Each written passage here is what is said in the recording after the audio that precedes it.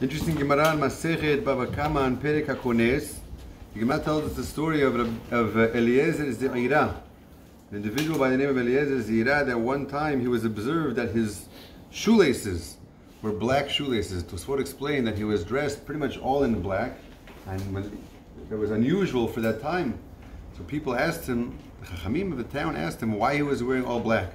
They said it was because it was mourning over the Beit HaMikdash, and that was considered a crime. It was considered an offense, and they imprisoned him. Why would they imprison him? Chavshuhu. Why would they imprison him?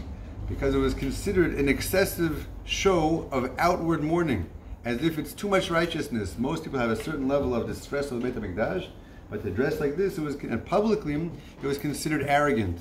Until he was able to redeem himself, he said, either you ask me a strong she'ela in Gemara, or I'll ask you, and I'll stump you. You'll see if you could stop me.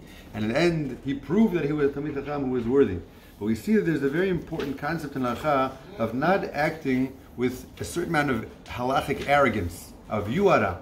And the interesting place where it comes up is when it comes to what we're holding now in Shulchan Aruch. In Siman Tzadi, Maran writes, a person is not supposed to, and figure this one out, a person is not supposed to pray, Shmona Esrei, on the side of his Rav, behind his Rav, or in front of his Rav. So what's left?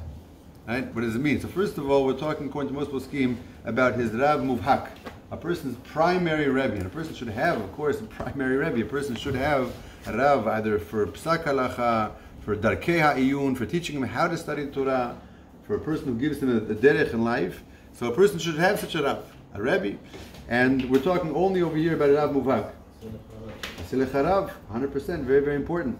So we're talking over here specifically within the 4 amot, the vicinity directly around the Rav. Why is it not right to pray behind the Rav? That's considered yuara.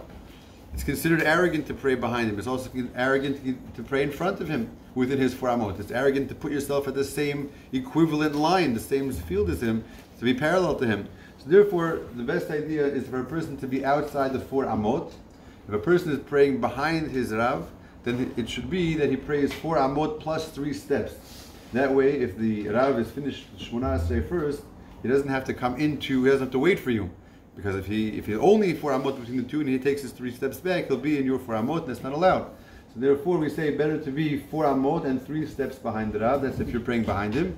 If you're in the front of him, it's sufficient for you to be 4 amot in front. Similarly, if the Rav is on some sort of bima, he's on some sort of platform, that's also considered its own plane, its own area, and therefore a person would be allowed to pray the front, the side, or behind the Rav, even within 4 amot. In that case, it would not be considered yuara. Rabbi